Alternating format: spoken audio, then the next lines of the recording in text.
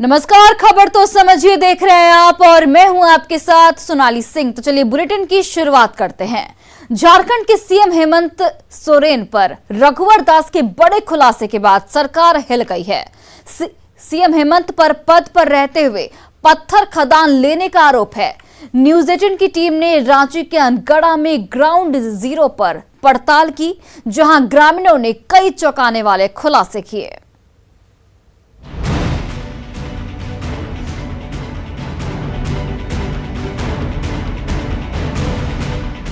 रघुवर दास के बड़े आरोप के बाद सीएम हेमंत सोरेन की सरकार हिल गई है। सीएम पर पद पर रहते लाभ लेने का आरोप है। रघुवर दास ने सीएम पर अपने नाम से पत्थर खदान लेने का आरोप लगाया है।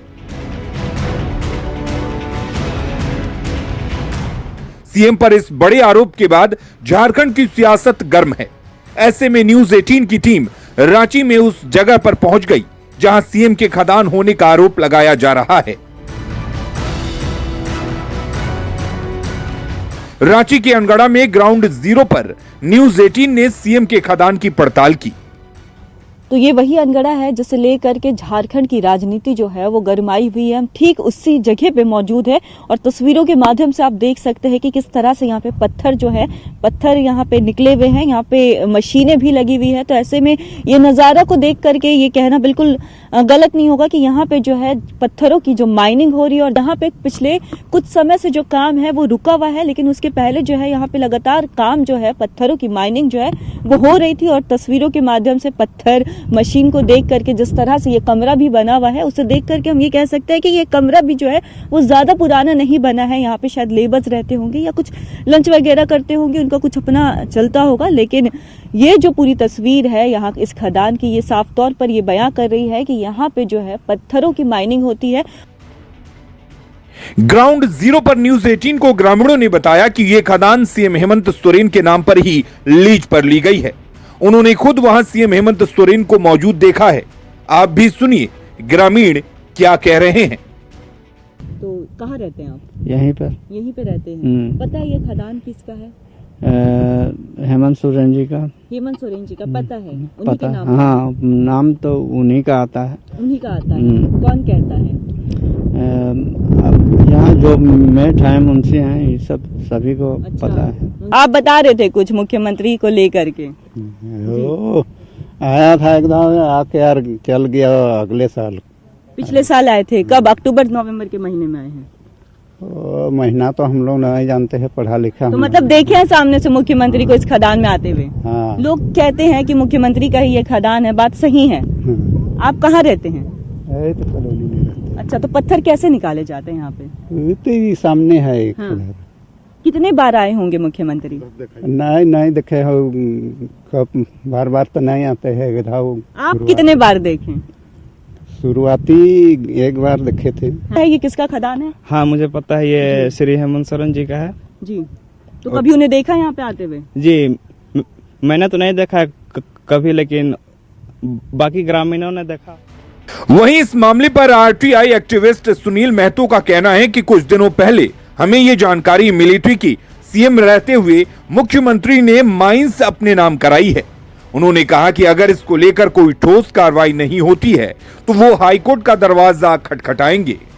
अभी 20 जनवरी को ही मैंने गवर्नर को, राष्ट्रपति को, गृह मंत्री, प्रधानमंत्री सभी दस्तावेजों के साथ मेमोरेंडम भेजा हुआ है। अब लगभग 20 दिन हो चुके हैं। अब आने वाले कुछ दिनों में देखता हूँ कोई कार्रवाई उधर सरकार की तरफ से पहल नहीं होती है, केंद्र सरकार की ओर से या गवर्नर की ओर से, तो इस मामले को लेकर के मैं झारखंड उच्च न्यायालय में मामले को लेकर जाऊंगा मैं। वहीं इस मामले को लेकर जब न्यूज 18 की टीम ने अनगढ़ा के सीओ और जिला खनन अधिकारी से बात करनी चाहिए तो दोनों ही अधिकारी कैमरे के सामने बात करने से कतराते रहे।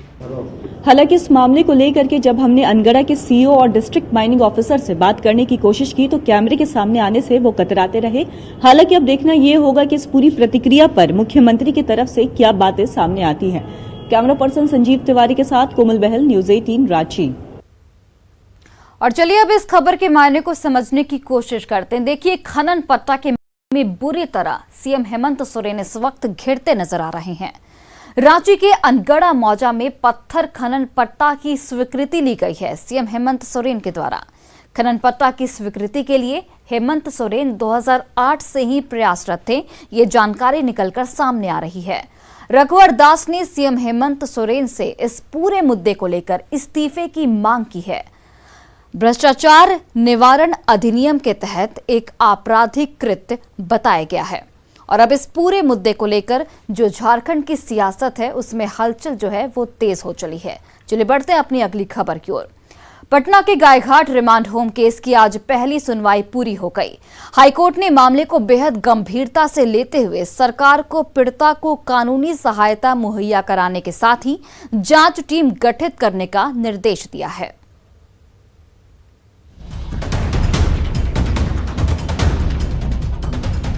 गायघाट रिमांड होम मामले में पहली सुनवाई पूरी हो गई है। पटना हाईकोर्ट ने राज्य सरकार को आदेश दिया है कि अब तक की सभी जानकारियों को रिकॉर्ड पर लाएं।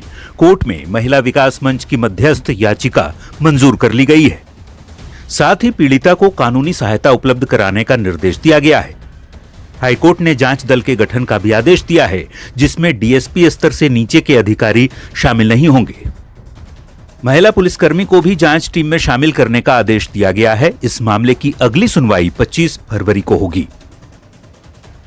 गायघाट रिमांड होम मामले को लेकर के हाई कोर्ट ने सबसे पहले सुओ मोटो कॉग्निजेंस के तहत संज्ञान लिया। उसके बाद आज उस पर पहली सुनवाई थी। तो कोर्ट रूम में क्या कुछ हुआ और क्या कुछ आदेश और निकल कर आए हैं सामने, हमारे साथ लीगल एडवाइजर हैं इस केस की, जो पीड़िता की वकील हैं, उनसे ही सीधे तौर पर बातचीत करते हैं। मैम, क्या कुछ हुआ कोर्ट रूम में? दोनों एफआईआर दर्ज हो गई हैं। एक 1322 है महिला पीएस केस नंबर, दूसरा 1722 है महिला पीएस केस नंबर, और दोनों को दर्ज कर लिया गया है। और इसके साथ ही साथ कोर्ट ने ऑर्डर किया कि एक स्पेशल पुलिस की जो इन्वेस्टिगेशन टीम बनेगी, जो not below the rank of deputy SP and with along with one female police personal, जो कि एसपी रैंक की होंगी। बता दें, पटना के गायघाट स्थित महिला रिमांड होम मामले में सोमवार को पटना हाई कोर्ट ने सुनवाई की थी और बिहार सरकार को कार्रवाई नहीं होने को लेकर कड़ी फटकार लगाई थी। पीड़िता को सुरक्षा देने से जुड़े मामले पर भी अब हाईकोर्ट ने अपना रुख साफ कर दिया है कि पीड़ित लड़की को सुरक्षा दिया जाए। बता दें, हाईकोर्ट की कड़ी फटकार के बाद रिमांड होम मामले में केस दर्ज किया गया, जिसे पहले जांच की खानापूर्ति कर समाज कल्याण विभाग ने आरोपों को ही बेबुनियाद बता दिया था। पूरा मामला 29 जनवरी को सामने आया था, जब रिमांड होम के अंदर की काली करतूतों की कहानी वहां से भागी हुई एक युवती ने वीडियो बनाकर बताई थी। रिमांड होम की अधीक्षक वंदना गुप्ता पर बेहद संगीन आरोप लगाए गए थे। आरोप लगाया गया था कि वहां रह रही लड़कियों को यौन शोषण के धंधे में जबरन धकेला जाता है। अब हाईकोर्ट में मामले की सुनवाई हो रही है। ऐसे में उम्मीद है जल्द ही दोषियों को सजा मिलेगी। न्यूज 18 के लिए पटना से ऋतु रोहिणी के साथ ब्यूरो रिपोर्ट। और चलिए अब इस खबर के मायने को समझ लेते हैं। देखिए, बिहार में रिमांड होम पहले से ही सवालों के घेरे में रहा है। मुजफ्फरपुर के बाद अब पटना का गायघाट रिमांड होम सवालों के घेरे में है। समाज कल्याण विभाग के ढूलमूल रवैये से हाईकोर्ट बेहद सख्त यहां पर नजर आ रहा है। हाईकोर्ट ने पीड़िता के आरोपों को बेहद गंभीरता से लिया है और इस पूरे मामले में बेहद गंभीरता दिखाई है। लगातार सुनवाई से पीड़िता को अब न्याय मिलने की उम्मीद जरूर जगी है और अब इस पूरे मामले को लेकर जांच टीम गठित करने का भी निर्देश दे दिया गया है। चलिए बढ़ते हैं अगली खबर की ओर। हिजाब को लेकर कर्नाटक के उडुपी से शुरू हुआ हंगामा अब पूरे देश में फैल चुका है। धर्म के साथ ही अब इस पर सियासत का रंग भी गहरा होता जा रहा है। हक के नाम पर अलीगढ़ के मालेगांव तक प्रदर्शन किया जा रहा है। ऐसे में सवाल ये है कि किताब से ज्यादा हिजाब की जिद आखिर क्यों?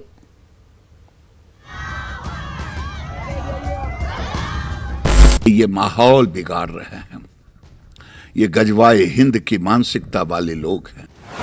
है चुनाव, इसीलिए हिजाब पर तनाव। अलीगढ़ से मालेगांव तक हंगामा क्यों?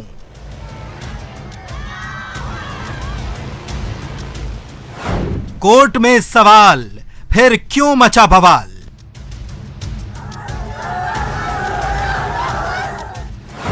हिजाब की हनक या सियासी सनक? यूनिफॉर्म का मतलब ये है, उन्हें ये पता चला, ड्रेस से पता चल जाता है कि ये बच्चा फला स्कूल का है। आइडेंटिटी स्कूल की हुई, उस पर विवाद खड़ा करना मेरी समझ है, और वो भी रिलीजन के नाम पे, ये कोई बहुत ही नादानी की बात है। विवाद को समझने से पहले हिजाब को लेकर हो रहे देशव्यापी प्रदर्शन को देखिए। हंगामे की ये तस्वीरें सिर्फ एक बानगी हैं, पूरे देश में चर्चा का विषय अभी यही है। देखिए कैसे महिलाएं सड़क पर उतर आईं, चाहे अलीगढ़ हो, कोलकाता हो,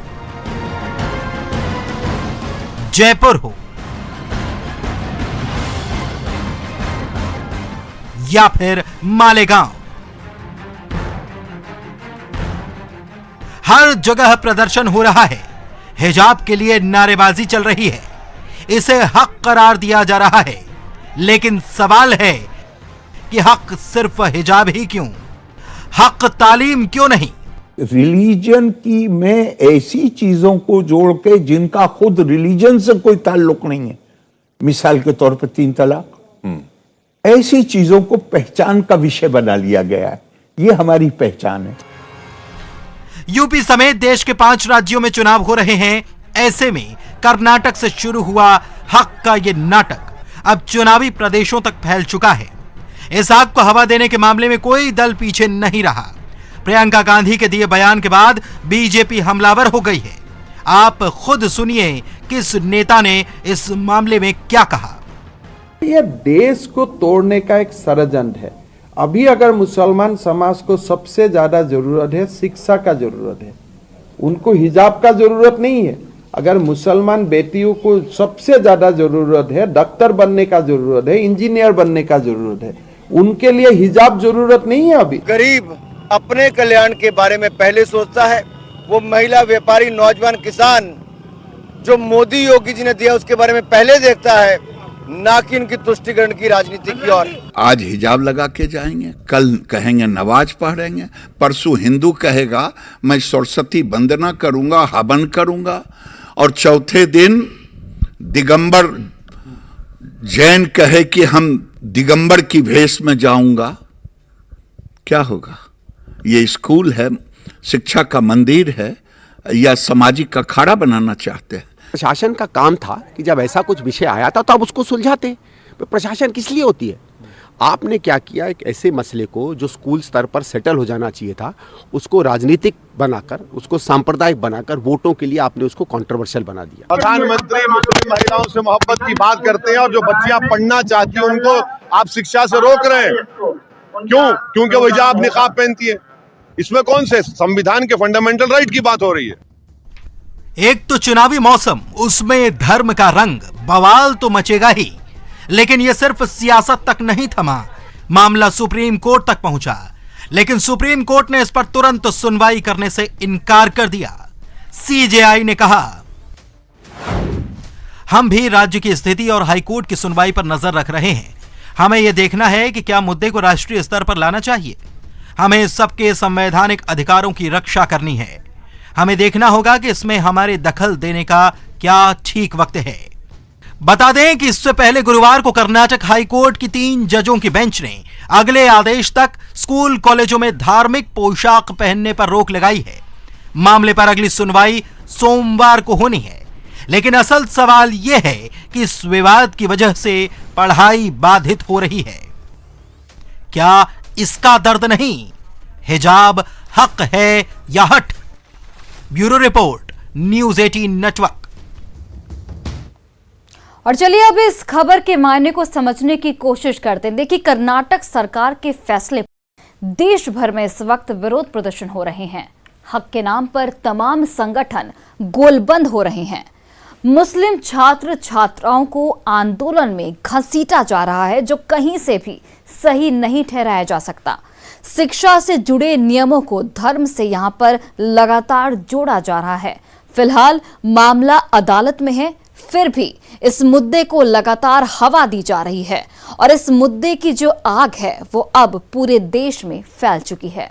चलिए बढ़ते हैं अगली खबर की ओर। बिहार में शराबियों की अब खैर नहीं, लगातार ड्रोन के जरिए नशे के सौदागरों पर शिकंजा कसा जा रहा है। कुछ ऐसी ही तस्वीर छपरा से सामने आई है, जहां ड्रोन की मदद से कई शराब भट्टियों को नष्ट किया गया, जबकि नालंदा में शराब कांड के आरोपियों के घर को ढाया जा रहा है। रिपोर्ट के जरिए देखिए कैसे पुलिस शराब माफिया पर नकेल कस रही है।